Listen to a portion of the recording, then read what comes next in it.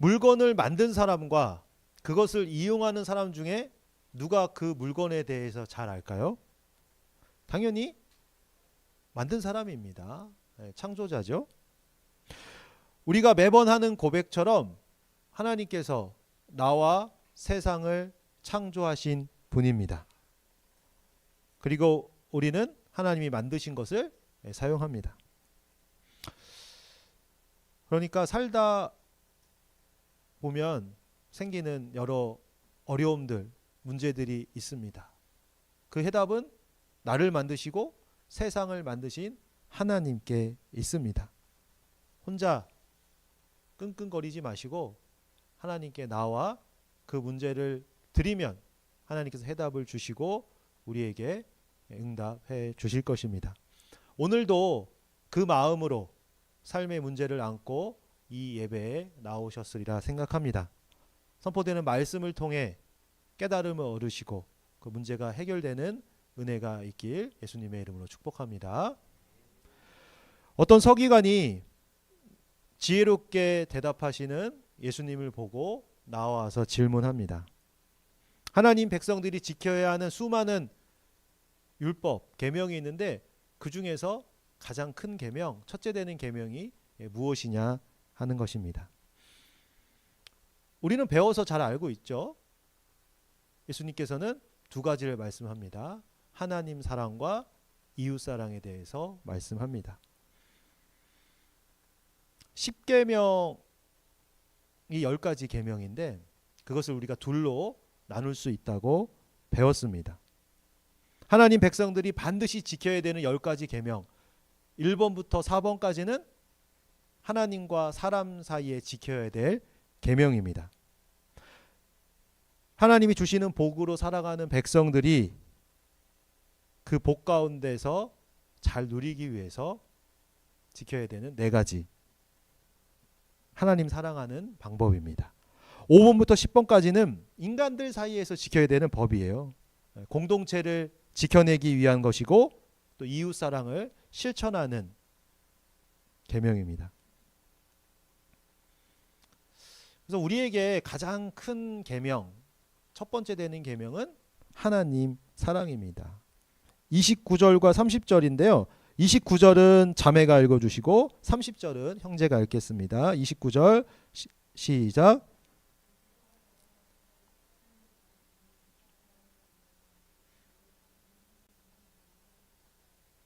내 마음을 다하고 목숨을 다하고 뜻을 다하고 힘을 다하여 주 너의 하나님을 사랑하라 하신 것이요. 그 서기관의 그 질문에 예수님께서 답을 하셨는데 그 신명기 말씀을 인용한 것입니다. 신명기 6장 4, 5절의 말씀인데요.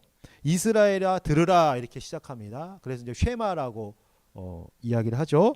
지금도 그렇고 과거의 유대인들은 이 말씀을 암송했습니다. 그래서 아침 저녁 기도할 때마다 이 말씀을 반복을 했죠. 그러니까 아이 때부터 이 말씀을 외우게 합니다. 이스라엘 백성들에게 있어서 중요한 성경이 이 모세오경이에요. 창출, 레민신. 이 모세오경을 열심히 공부하는데 특별히 신명기 6장 4절부터 말씀을 암송을 하게 합니다. 주님이 이 서기관의 질문에 뭔가 새로운 것을 대답하시지 않았어요. 그들이 잘 알고 있는 내용을 말씀해 주셨습니다.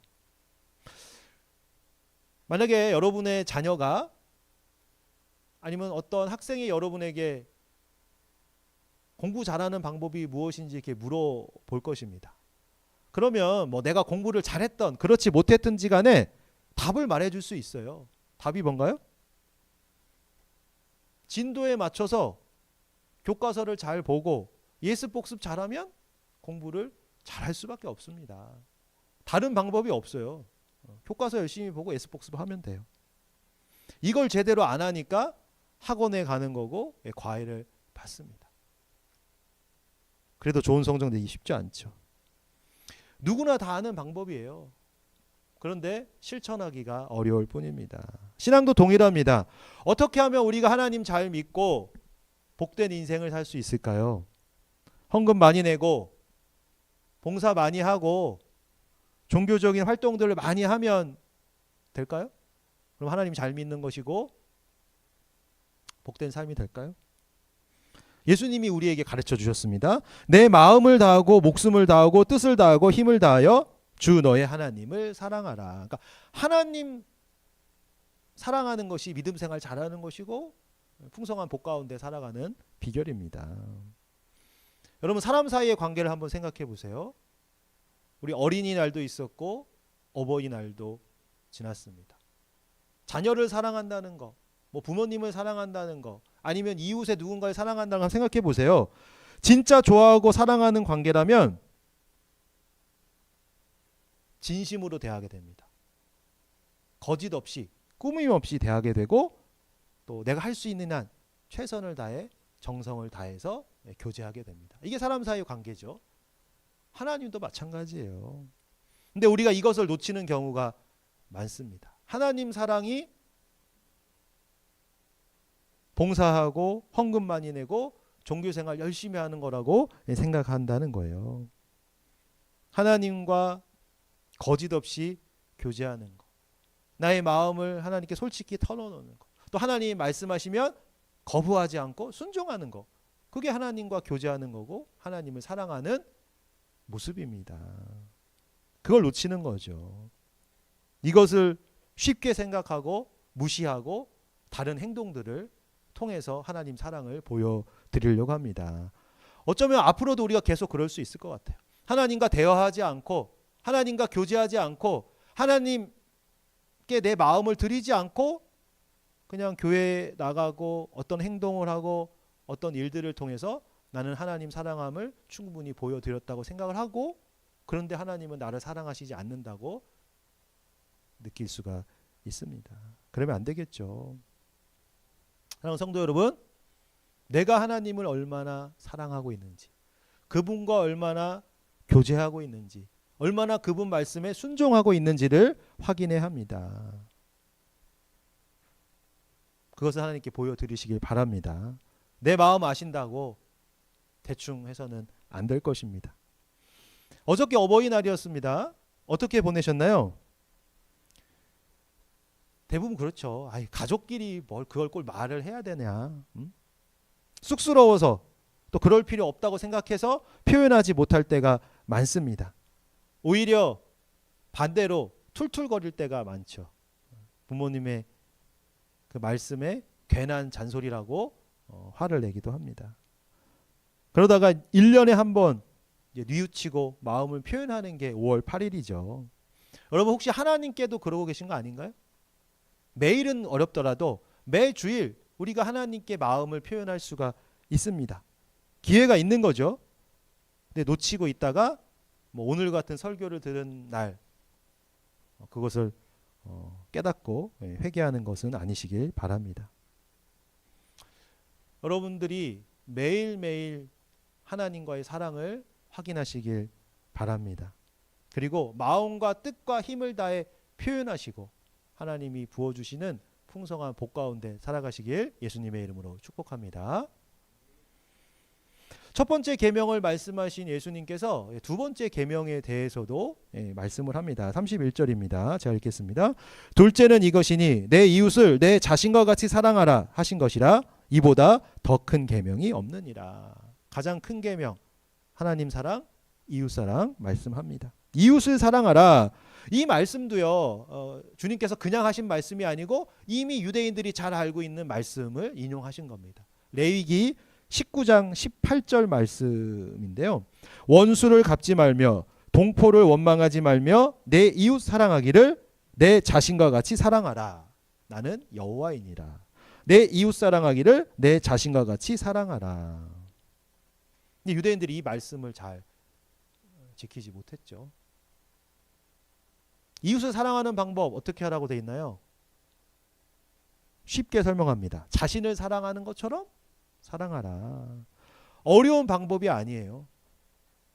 내가 나를 대하는 그 방식대로 상대방을 대하라는 것입니다.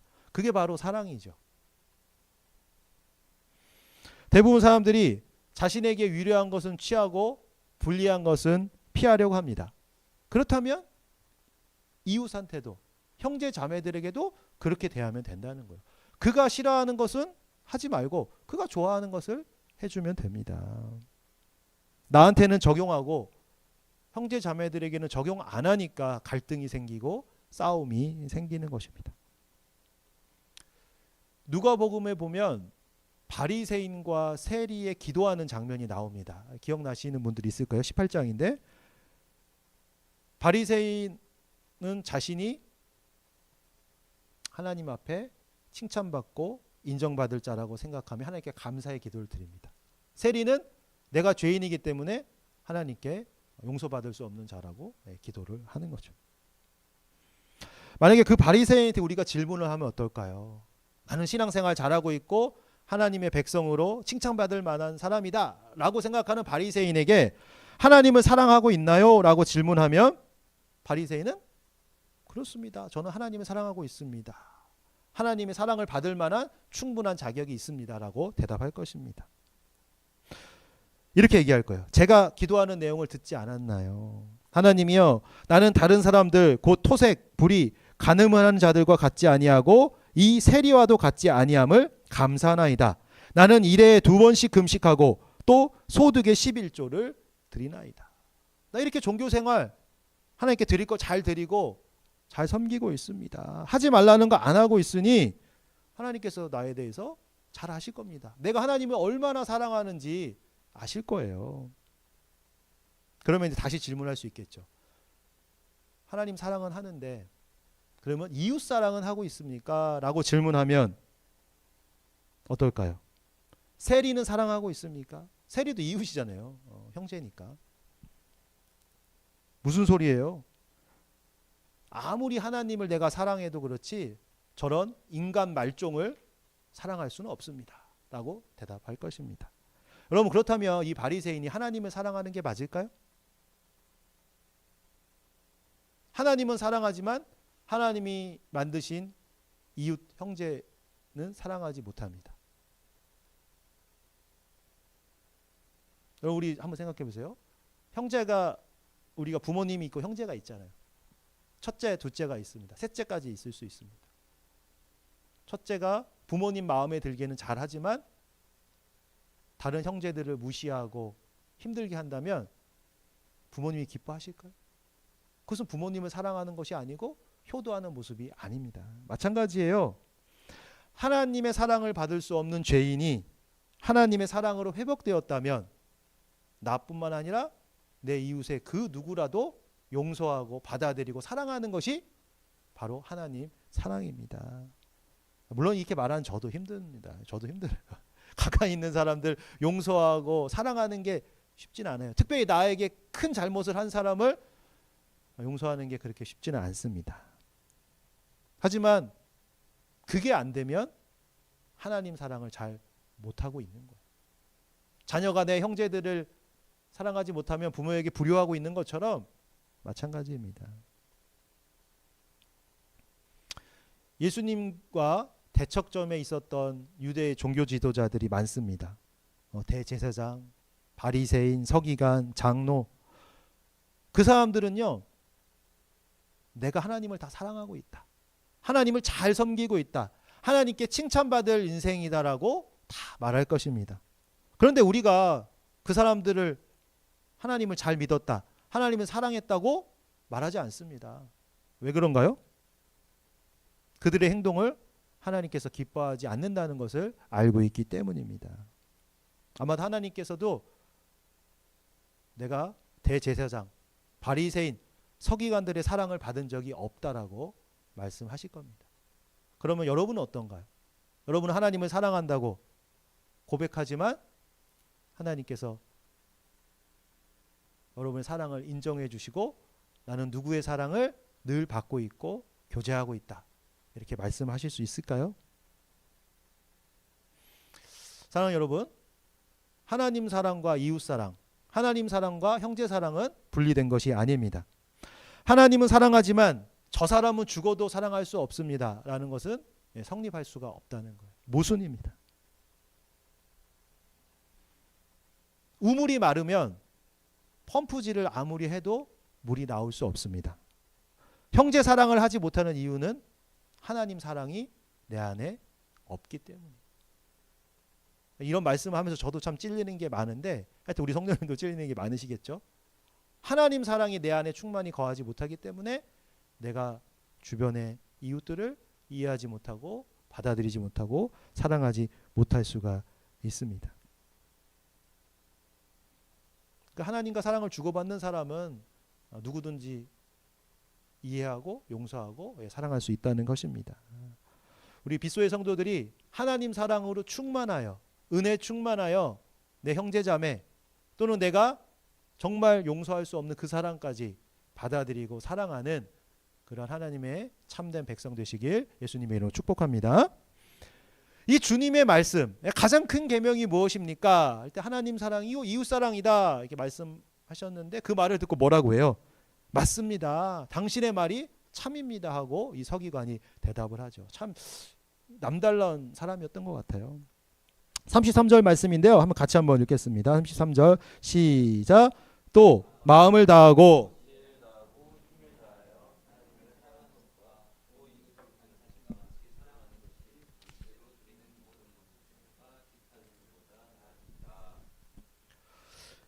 지금까지 예수님과 많은 사람들이 대화를 했습니다. 바리새인, 서기관, 대제사장, 그들 중에 이 예수님의 말씀을 알아듣는 사람이 거의 없었어요.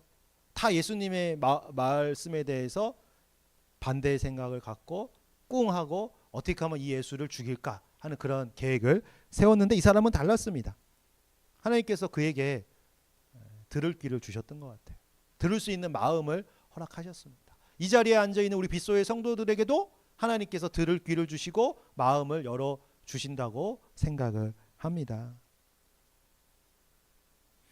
그는요 고백합니다. 어떤 제사보다 하나님 사랑하는 것이, 이웃 사랑을 표현하는 것이 더 중요하다고 고백합니다.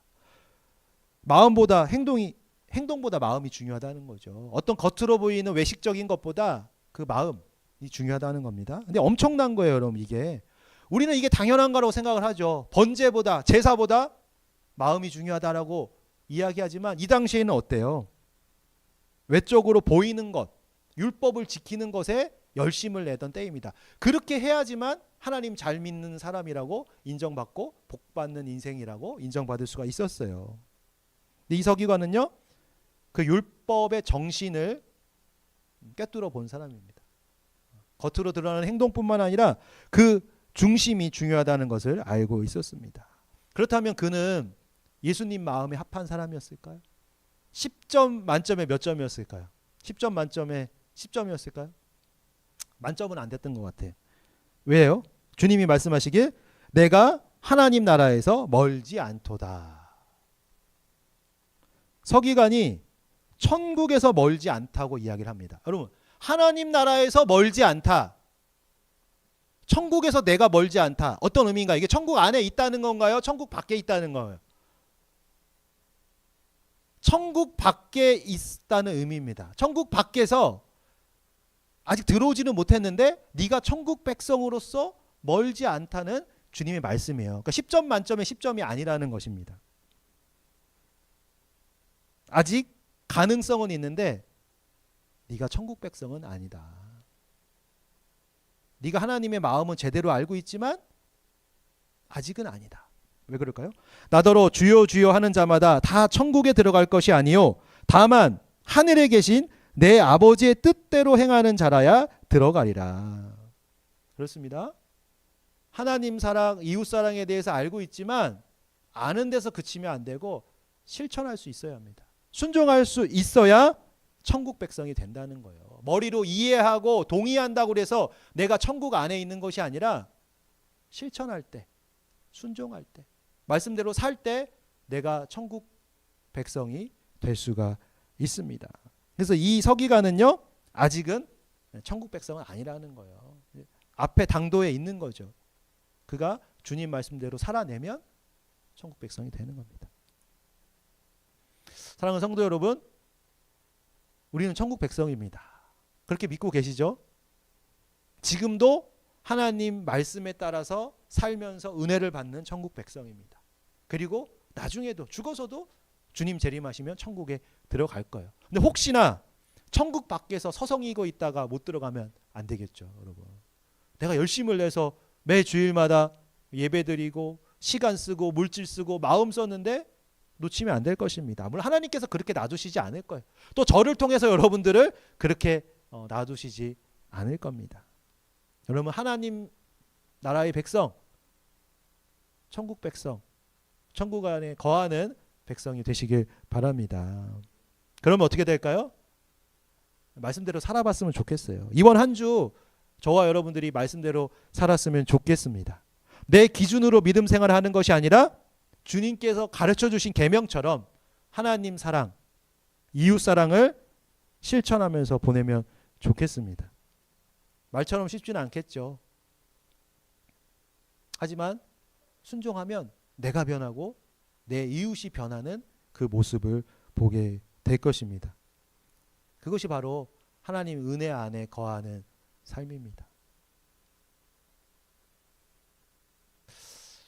제가 이사를 했어요. 저희 집이 얼마 전에. 근데 그 전에 살던 집에 그 아파트 청소하는 분이 계시잖아요. 그 동을 맡아서. 그분을 늘 보면서 서로 인사도 하고 또 제가 뭐 더울 때는 음료수도 드리고 막 했었거든요.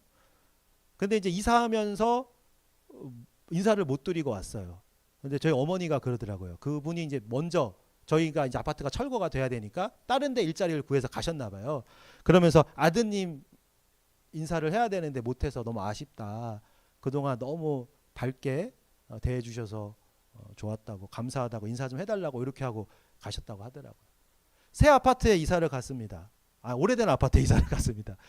근데 거기 청소하시는 분들이 있잖아요. 저희 동을 맡으신 분이 있고 앞동을 맡은 분이 있어요.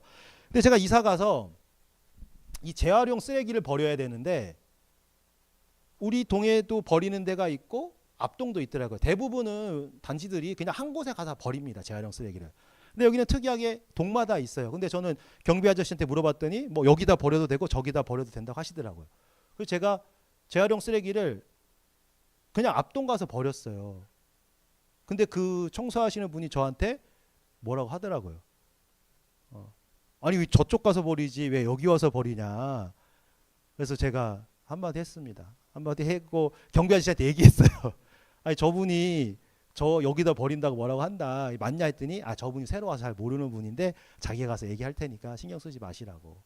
그러니까 제가 마음이 참 불편하더라고요. 근데 그 나중에 생각해 보니까 예전에 살던 곳은 그 재활용 쓰레기를 경비 아저씨들이 관리하는 거예요. 청소하는 분들은 신경을 안 썼습니다. 근데 보니까 청소하는 분들이 그거를 관리를 하더라고요. 오면 자기가 막 빼내기도 하고, 그러니까 자기가 불편할까 봐 그렇게 얘기했던 것 같아요. 근데 그래서 제가 생각을 하기를 나중에 뭐 서로 그게 불편할 필요는 없잖아요. 그래서 제가 이사 와서 잘 몰라서 그랬다 하고 음료수를 하나 줘야지 하면서 아직 제가 못 줬어요. 못 줬는데 저도 하여튼 그 아주머니 보고 음료수 한 잔 건네면서 그런 것들을 좀 서로 말하려고 합니다. 여러분 되게 쉬운 것 같지만 여러분 쉬운 일은 아니에요. 여러분들 주변에 그렇습니다. 나와 불편한 관계에 있는 사람들, 오해가 있는 사람들, 하여튼 힘든 사람들 여러분들 좀 용서하시고 이해하시고 하나님 이웃 사랑을 실천하시기 바랍니다. 그것이 바로 하나님 사랑이고 우리가 하나님 크신 복 안에 거하는 방법입니다. 사랑하는 여러분이 오늘 들은 말씀을 통해서 말씀 충만, 은혜 충만, 사랑 충만한 한 주를 보내시고 하나님의 사랑을 증거할 수 있는 그러한 백성으로 살아가시길 예수님의 이름으로 축복합니다.